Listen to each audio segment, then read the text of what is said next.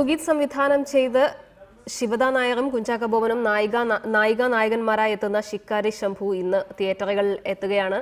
ശിക്കാരി ശംഭുവിൽ ഒരു പ്രധാന കഥാപാത്രത്തെ അവതരിപ്പിച്ച ജെയ്സ് ജോസ് ആണ് ഇന്ന് മോർണിംഗ് റിപ്പോർട്ടറിൽ അതിഥിയായി എത്തുന്നത്. സ്വാഗതം മോർണിംഗ് റിപ്പോർട്ടറിലേക്ക്. ക്യാരക്ടറിനെ കുറിച്ച് ചോദിക്കുന്നില്ല, ഒരു പോസ്റ്ററിൽ തന്നെ ഏകദേശം ഒരു ധാരണയൊക്കെ ഉണ്ടായിരുന്നു. സതീശൻ തല്ലുകൊള്ളി, എന്താണ് അങ്ങനൊരു ക്യാപ്ഷൻ? ഒരു തല്ലുകൊള്ളിയാണ്, നാട്ടിലെ തല്ലുകൊള്ളിയാണ് ഈ കഥാപാത്രം. ഇത് ഒരു രസകരമായ കഥാപാത്രമാണ്. ശിക്കാരി ശംഭു എന്ന് പറയുമ്പോൾ തന്നെ നമുക്കൊരു കോമിക് ക്യാരക്ടറിന്റെ ഫീലും, അപ്പോൾ അത്തരത്തിലുള്ളൊരു സിനിമ തന്നെ ആയിരിക്കും എന്നുള്ളൊരു ഫസ്റ്റ് ഇംപ്രഷൻ അത്തരത്തിൽ തന്നെയാണ്. പക്ഷെ അതിന്റെ കൂട്ടത്തിൽ ഇങ്ങനെ ഇത്തരത്തിലൊരു പോസ്റ്റർ കൂടി വരുമ്പോൾ, പ്രത്യേകിച്ചും ജയ്സിന്റെ ക്യാരക്ടറിന് അത്തരത്തിലുള്ള ക്യാപ്ഷൻ കൂടി കൊടുക്കുമ്പോൾ എന്തെങ്കിലുമൊക്കെ സ്പെഷ്യാലിറ്റീസ് ഉണ്ടാവുമല്ലോ. വളരെ പ്രാധാന്യമുള്ളൊരു കഥാപാത്രമാണ്. ഞാൻ സുഗീതാണ് എന്നെ സിനിമയിലേക്ക് കൊണ്ടുവരുന്നത്. സുഗീതിൻ്റെ വൈഫ് സരിതയും കൂടി എനിക്ക് എൻ്റെ ഒരു ബർത്ത്ഡേക്ക് തന്ന ഗിഫ്റ്റാണ് 3 Dots എന്ന മൂവിയിലെ അഡ്വക്കേറ്റ് രവിമേനോൻ എന്ന ക്യാരക്ടർ. അതിനുശേഷം ഇപ്പം 4 വർഷമായി, ഒരു 20-22 മൂവികളും ചെയ്യാൻ പറ്റി. ഇത് സുഗീതിൻ്റെ കൂടെ തന്നെ ഞാൻ ചെയ്യുന്ന 4ാമത്തെ മൂവിയാണ്. പക്ഷേ ഇത്രയും മൂവികൾ ഞാൻ ചെയ്തിട്ടുണ്ടെങ്കിലും എൻ്റെ ലൈഫിലെ ഏറ്റവും ഒരു ഡെപ്തുള്ള ക്യാരക്ടർ കിട്ടിയത് ഇതാണ്. വളരെ പ്രാധാന്യമുള്ള കഥാപാത്രമാണ്. പിന്നെ അതിൻ്റെ കൂടുതൽ ഡീറ്റെയിൽ നമ്മൾ സിനിമ തിയേറ്ററിൽ പോയി കാണും. അതെ, കാരണം പലപ്പോഴും ഇതിൽ കഴിഞ്ഞ ദിവസം മറ്റൊരു താരം അതിൽ നിന്ന് വന്നപ്പോഴും ഈ ആർക്കും ഡിസ്ക്ലോസ് ചെയ്യാൻ പറ്റുന്നില്ല, ക്യാരക്ടറിന്റെ ഡീറ്റെയിൽസിനെ കുറിച്ച് ആർക്കും ഡിസ്ക്ലോസ് ചെയ്യാൻ പറ്റുന്നില്ല. അത്രയധികം സസ്പെൻസ് ഫാക്ടേഴ്സ് ഒക്കെ ഇതിലുണ്ടോ? വളരെ മക്കളൊക്കെ കൂടെ പോയിരുന്ന് കണ്ട് ചിരിച്ചുല്ലസിച്ച് വരാവുന്ന നല്ലൊരു കഥയുള്ള ഒരു മൂവിയാണ്. സുഗീതിന്റെ സംവിധാനത്തിൽ വരുന്ന ചിത്രങ്ങൾക്കൊക്കെ തന്നെയും പ്രേക്ഷകർ ഒരു മിനിമം ഗ്യാരണ്ടി പ്രതീക്ഷിക്കാറുണ്ട്. അപ്പോൾ അത്തരത്തിലായിരിക്കും, ആ ഒരു പ്രതീക്ഷയോടുകൂടി ആയിരിക്കും എന്തായാലും പ്രേക്ഷകർ ഇപ്പോൾ തിയേറ്ററിലെത്തുക. ആ പ്രേക്ഷകരുടെ ആ പ്രതീക്ഷയ്ക്ക് ഒട്ടും മങ്ങലേക്കില്ല എന്നാണ് ഞങ്ങളുടെ എല്ലാവരും വിശ്വാസം.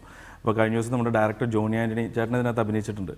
ജോണി ചേട്ടൻ കഴിഞ്ഞ ദിവസം ചെന്നൈയിൽ പോയി ഇതിൻ്റെ റിവ്യൂ കണ്ടിരുന്നു. പുള്ളി പടം കണ്ട് പോകുന്നത് ഗംഭീര പടമാണ്, ഇത് ഗ്യാരണ്ടിയാണ്.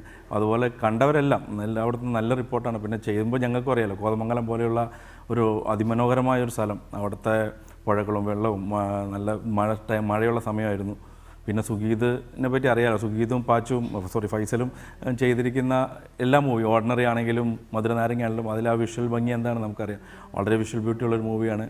ഭയങ്കര കണ്ണിന് കുളിർമയായിരിക്കും, മനോഹരമായി. തീർച്ചയായിട്ടും ആ സിനിമയിലെ എനിക്ക് തോന്നുന്നു അതിന്റെ ദൃശ്യങ്ങൾ തന്നെയാണ് കാണേണ്ടത്. ട്രെയിലറിൽ ഒരു ഏകദേശം ഒരു ധാരണയൊക്കെ പ്രേക്ഷകർക്ക് തരുന്ന തരത്തിലുള്ള ട്രെയിലറും പുറത്തിറങ്ങിയിട്ടുണ്ട്. അതിൽ ട്രെയിലർ കണ്ട ശേഷം മടങ്ങിയ ഇപ്പോൾ ഈ ശിക്കാരി ശംഭു എന്ന് പറയുന്നൊരു ക്യാരക്ടർ എനിക്ക് തോന്നുന്നു ഇപ്പോൾ ഏത് ജനറേഷൻ്റെ ആണെങ്കിലും മനസ്സിലുള്ളൊരു അതായത് ശിക്കാരി ശംഭു എന്ന് പറയുമ്പോൾ തന്നെ ഉള്ളൊരു ധാരണയുണ്ടല്ലോ, അബദ്ധങ്ങൾ മാത്രം പറ്റുകയും അതിലൂടെ നേട്ടങ്ങൾ ഉണ്ടാക്കുകയും ചെയ്യുന്ന ഒരാൾ എന്നൊരു തരത്തിൽ തന്നെയാണ് ശിക്കാരി.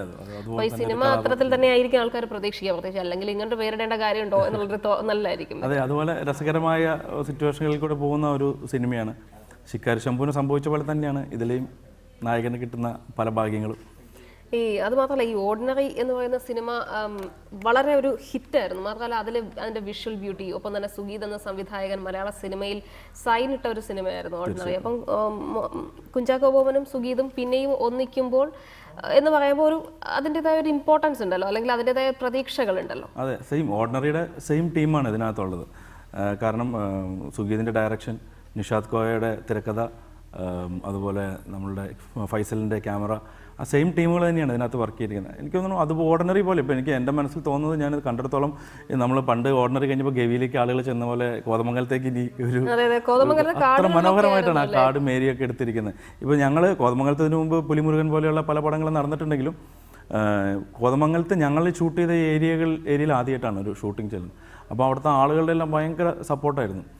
അവിടുന്ന് അടുത്ത വീട്ടിലൊക്കെ ഞങ്ങൾക്ക് കപ്പയും മുളക് ചമ്മന്തി കൊണ്ടുതരിക, ഭയങ്കര നാടൻ ഭക്ഷണങ്ങൾ ചുറ്റുമുള്ളവർ തന്നെ തന്നു. പിന്നെ ഞങ്ങളാണെങ്കിലും അവിടെ ഫുൾ കുക്കിങ്ങും ഗംഭീരമായ ഭയങ്കര രസമായിരുന്നു അവിടുത്തെ താമസമൊക്കെ. ഞാൻ പറഞ്ഞത് ഇപ്പോൾ ഈ മൂവിക്കകത്ത് ഇപ്പോൾ 2 ഡയറക്ടർമാർ അഭിനയിക്കുന്നുണ്ട്. ജോണി ആൻ്റണി ചേട്ടനുണ്ട്, അജി ജോൺ ഉണ്ട്. അതുപോലെ നമ്മുടെ ഒരു പ്രൊഡ്യൂസർ സൂരജ് ഈ മൂവിയിലൊരു പ്രധാന കഥാപാത്രം ചെയ്യുന്നുണ്ട്. സൂരജൊക്കെ ഭയങ്കര കുക്കൊക്കെയാണ്. അപ്പോൾ സൂരജിന്റെ വക കുക്കിംഗ് ഒക്കെ ആയിരുന്നു മിക്ക ദിവസം. അതല്ല നമ്മുടെ ഹരീഷ് ഏട്ടൻ്റെ പാചകങ്ങൾ. ഞങ്ങൾ ഭയങ്കര ഒരു എന്താ പറയുക, ഭയങ്കര സന്തോഷമായിരുന്നു അവിടെ കൂടി ചേർത്ത് അണിയിച്ചൊരുക്കിയിരിക്കുന്നു സുഗീതി സിനിമ എന്നാണ് നമുക്ക് മനസ്സിലാക്കാൻ കഴിയുന്നത്. പാട്ടിലേക്ക് ട്രെയിലറും ഒക്കെയാണ് വന്നിരിക്കുന്നത്. ഇപ്പോൾ ഈ കാട്ടിനുള്ള ഷൂട്ടൊക്കെ ആകുമ്പോൾ ഈ ക്ലൈമറ്റ് ഒക്കെ ഒത്തിരി അഫക്ട് ചെയ്തിരുന്നു ഷൂട്ടിംഗ് ടൈമിലൊക്കെ? നല്ല മഴയുള്ള സമയമായിരുന്നല്ലോ. അപ്പോൾ നമ്മൾ പല സീനുകളും നമ്മൾ റെയിനിന് വേണ്ടിയിട്ടെല്ലാം ഫെസിലിറ്റി ചെയ്തു വെച്ചെങ്കിലും അതിന് വേണ്ടി വന്നില്ല, ഫുൾ മഴയത്ത് തന്നെയായിരുന്നു. അതുപോലെ ഞങ്ങളുടെ ഫൈറ്റ് ഉണ്ട്, അതിനകത്ത് ഫുള്ള് മഴയത്തായിരുന്നു. മഴ കൊണ്ട് നമുക്ക് കുറേ ഡിലേകൾ വന്നിട്ടുണ്ട്. പക്ഷേ എങ്കിലും അതെല്ലാം ആസ്വദിച്ച് അതൊക്കെ ഉപയോഗിച്ച് നല്ല മനോഹരമായിട്ടാണ് കോതമംഗലത്തിന്റെ ഒക്കെ പ്രകൃതി ഭംഗിയും ഒപ്പം ഫുഡിങ്ങും ഒക്കെ കൂടി ആയിട്ട് എല്ലാം സിനിമയിലും നമുക്ക് അറിയാൻ പറ്റും അതിന്റെ വിഷ്വൽ ഭംഗി. അതിന്റെ ഒരു നാച്ചുറാലിറ്റി ഒക്കെ പ്രത്യേകിച്ച് നമുക്ക് അതിന്റെ ഒരു കംഫർട്ടബിൾ സോൺ ആണല്ലോ ഏറ്റവും ഇമ്പോർട്ടന്റ് ആവുക, പ്രത്യേകിച്ചും ഒരു സിനിമയുടെ ഷൂട്ടിംഗ് ടൈമിലൊക്കെ. അപ്പോൾ അതൊക്കെ കംഫർട്ടബിൾ സോൺ അനുസരിച്ചായിരുന്നല്ലോ. തീർച്ചയായിട്ടും എല്ലാം വളരെ കംഫർട്ടായിരുന്നു. പിന്നെ ഞാൻ പറഞ്ഞില്ല, നാട്ടുകാരുടെ ഒരു സഹകരണം ഉള്ളതുകൊണ്ട് ബാക്കിയുള്ള എല്ലാ പ്രതികൂലവും നമുക്ക് അനുകൂലമായി മാറി. പിന്നെ ഈ ടീം അങ്ങനെയായിരുന്നു, ഭയങ്കര എല്ലാം. സുഗീതിൻ്റെ സിനിമ എപ്പോഴും ഒരു ഭയങ്കര രസമാണ് അവിടെ. നമ്മളൊരു സിനിമ ഷൂട്ടിംഗ് നടക്കുന്ന ടെൻഷനോ കാര്യങ്ങളൊക്കെ കവിഞ്ഞ് എല്ലാവരും ഒരു ഫാമിലി ആയിട്ട് വളരെ മനോഹരം. പിന്നെ ഞങ്ങളുടെ പ്രൊഡ്യൂസർ ലോറൻസ് ചേട്ടനാണെങ്കിലും ആള് ഭയങ്കരമായി നമ്മുടെ കൂടെ ഫുൾ ടൈം ഉണ്ടായിരുന്നു. എല്ലാ കാര്യങ്ങൾക്കും എന്ത് നമ്മൾക്ക് മറ്റ് ഡിലേകൾ വന്നിട്ട് അദ്ദേഹത്തിൻ്റെ ഒരു എന്താ പറയുക, ആ ഒരു എനർജി ഞങ്ങൾക്കും അത് ഉപയോഗപ്പെട്ടിരുന്നു. ഇപ്പോൾ ജെയ്സിന്റെ കാര്യമാണെങ്കിൽ ജെയ്സ് ഇപ്പോൾ സിനിമ വന്നിട്ട് 4-5 വർഷത്തോളമായി. അപ്പോൾ ഇതിനോടകം വളരെയധികം സിനിമകൾ ചെയ്തു, പക്ഷേ അതിൽ ഏറ്റവും കൂടുതൽ നോട്ടീസ് ചെയ്യപ്പെടാൻ പോകുന്ന അതെ, ഞാൻ പോകുന്നൊരു ചിത്രം ഇതായിരിക്കുമെന്നാണ് എൻ്റെ പ്രതീക്ഷ. ഇതുപോലെ കഥാപാത്രം ഞാൻ ശരിക്കും ആദ്യമായിട്ടാണ്, ഇത്രയും ത്രൂ ഔട്ട് ഇത്രയും ഡെപ്തുള്ള ഒരു ക്യാരക്ടർ ഞാൻ ചെയ്യുന്നത് ആദ്യമായിട്ടാണ്. എന്തെങ്കിലുമൊക്കെ പ്രത്യേകിച്ചും സുഗീത് ഒരു ക്യാരക്ടർ അല്ലെങ്കിൽ ഒരു കാസ്റ്റിംഗ് ടൈമിൽ തന്നെ കുറേ അധികം ഒക്കെ ശ്രദ്ധിക്കുന്ന ഒരാളാണല്ലോ. കാരണം ഈ ആള് തന്നെ അത്തരത്തിൽ എങ്ങനെയാണ് കഴിഞ്ഞ ദിവസം അജയ് വന്നപ്പോഴത്തേക്ക് പറയണ്ടായി, ഇങ്ങനെ താടിയൊക്കെ നോക്കിയിട്ട് എൻ്റെ DP നോക്കി അങ്ങനെയൊക്കെയാണ് സെലക്ട് ചെയ്തത്. അപ്പോൾ ഞാൻ ആ ക്യാരക്ടറിലേക്ക് എത്താൻ കാരണം അതായിരുന്നു എന്നൊക്കെ. അപ്പോൾ അത്തരത്തിൽ എന്തെങ്കിലുമൊക്കെ കാര്യങ്ങൾ പറഞ്ഞിരുന്നു എന്തെങ്കിലും? പിന്നെ തീർച്ചയായിട്ടും ഞാനിപ്പോൾ ഈ സമയം ഈ മൂവി നടക്കുമ്പോൾ നമ്മുടെ മമ്മൂക്ക പടം, അജയുടെ പടം മാസ്റ്റർ പീസ് അഭിനയിച്ചുകൊണ്ടിരിക്കുക. അപ്പോൾ അതിനകത്തൊരു DYSP പോലീസ് ഓഫീസർ ക്യാരക്ടറായിരുന്നു. അപ്പോൾ അതിനിടയിൽ അദ്ദേഹം നമ്മുടെ നിർബന്ധമായി വിളിച്ചു പറഞ്ഞു, നിനക്കൊരു കുറ്റി താടി ഇതിനകത്ത് വേണം, ഒരു റഫ് ക്യാരക്ടറാണ്.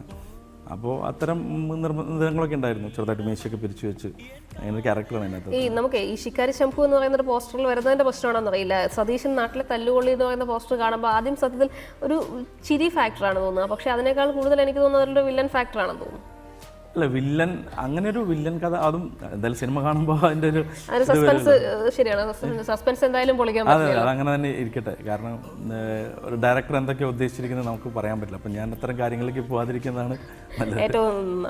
പിന്നെ എങ്ങനെയുണ്ടായിരുന്നു ഈ സിനിമയുടെ മെമ്മറബിൾ ഒക്കേഷൻസ് എന്തൊക്കെയായിരുന്നു? ഇതിൽ ഏറ്റവും കൂടുതൽ മറക്കാനാകാത്ത എന്തെങ്കിലുമൊക്കെ ടൈം ഉണ്ടാവുമല്ലോ? മറക്കാനാവാത്ത എൻ്റെ ലൈഫിൽ ഈ ഷൂട്ട് പറഞ്ഞ മറ്റൊരു പ്രത്യേകത എന്താണെന്ന് വെച്ച് കഴിഞ്ഞാൽ, ഞാൻ പാലക്കാട് വടക്കഞ്ചേരി എന്ന് പറയുന്ന സ്ഥലത്താണ് ഇപ്പോൾ താമസിക്കുന്നത്, സെറ്റിൽ അവിടെയാണ്. ശരിക്കും എൻ്റെ പപ്പയുടെ തറവാട് കോതമംഗലത്താണ്. എൻ്റെ പപ്പയുടെ തറവാടിൻ്റെ അടുത്ത പ്രദേശങ്ങളിലാണ് ഈ ഷൂട്ട് നടക്കുന്നത്. അപ്പോൾ എനിക്ക് ഞാൻ തോന്നുന്നു കുറേ കാലം കൂടി പപ്പയുടെ നാട്ടിൽ കുറേ അടുത്ത് നിന്നൊരു സമയം ഇതാണ്. പിന്നെ ഏറ്റവും പ്രത്യേകത സുഗീതിൻ്റെ സിനിമയാണ്. ഫൈസൽ, നിഷാദ് കോയ, അതുപോലെ ഷാനവാസ്, പിന്നെ നമ്മുടെ ജോണിച്ചേട്ടൻ, സൂരജ്, ഇങ്ങനെ നമുക്ക് വളരെ അടുത്ത ബന്ധമുള്ള സാദിക്ക, ഓരോ ആളുകളാണ്. അപ്പോൾ പിന്നെ ചാക്കോച്ചൻ്റെ കൂടെയാണ് ഞാൻ തുടങ്ങിയത്. എൻ്റെ ഫസ്റ്റ് പടം 3 Dots ആണ്. അപ്പോൾ ഇപ്പോൾ വീണ്ടും ഇതും ചാക്കോച്ചൻ്റെ കൂടെ. അപ്പോൾ എല്ലാം വേണ്ടപ്പെട്ട ആളുകളും അപ്പോൾ ഒരു കുടുംബം പോലെയായിരുന്നു ഒരു സിനിമ ഷൂട്ടിങ്ങിൻ്റെ. എന്തൊക്കെയാണ് ഇനി ജെയ്സിന്റെ പുതിയ പ്രൊജക്ട്സ്, പുതിയ ഭാവി സിനിമാ പരിപാടികൾ? ഭാവി സിനിമ എന്ന് പറഞ്ഞപ്പോൾ 2 സിനിമയാണ് കമ്മിറ്റ് ആയിട്ടുള്ളത്. ഒന്ന് നമ്മുടെ സേതുവേട്ടൻ ഡയറക്റ്റ് ചെയ്യുന്ന മമ്മൂക്ക പടം, ഒരു കാവാലം ബ്ലോഗ് എന്ന് പറയുന്ന മൂവി. പിന്നെ മാർത്താണ്ഡൻ ഡയറക്റ്റ് ചെയ്യുന്ന ചാക്കോച്ചൻ പടം തന്നെ. അതാണ് ഈ വർഷം ഓൾറെഡി കമ്മിറ്റ് ആയിട്ടുള്ള പടങ്ങൾ. ബാക്കിയെല്ലാം ഈ സിനിമ കഴിയുമ്പോൾ. അപ്പോൾ എന്തായാലും ശിക്കാരി ശംഭുവിനും ടീമിനും all the best. Thank you. അപ്പോൾ എല്ലാവരും സിനിമ തിയേറ്ററിൽ തന്നെ കാണാം. എല്ലാ അനുഗ്രഹങ്ങളും വേണം. Thank you very much. വളരെ നന്ദി. മോർണിംഗ് റിപ്പോർട്ടറുള്ളത് ഇന്നത്തെ മോർണിംഗ് റിപ്പോർട്ടർ പൂർണ്ണമാകുന്നു. നമസ്കാരം.